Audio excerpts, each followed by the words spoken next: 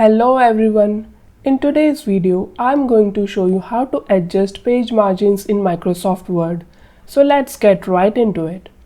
So I have this Word document open right here and I'm looking to adjust the margins.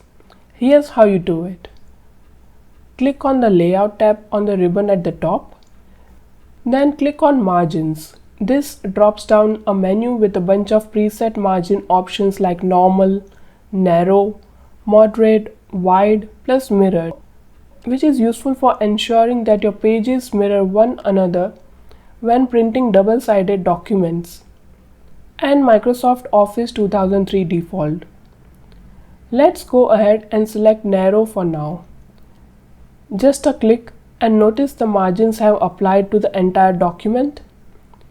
But say these presets don't do it for you. No problem. You can create custom margins. Click back on Margins and this time hit Custom Margins at the bottom of the list. This opens up the Page Setup dialog box. Here you can get specific. You need to enter the numbers for the top, bottom, left and right margins.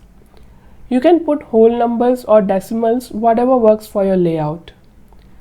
For the purpose of this tutorial, let me put in some numbers.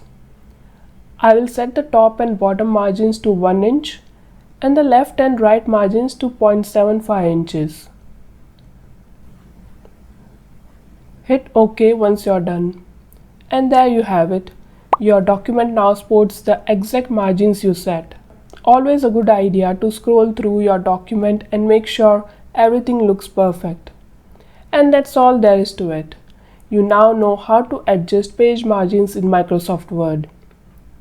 I hope you found this video helpful. If you did, please hit the like button and subscribe to the channel. If you have any questions or suggestions for the topic you want me to cover, please drop a comment below. I'll catch you in the next video. Take care.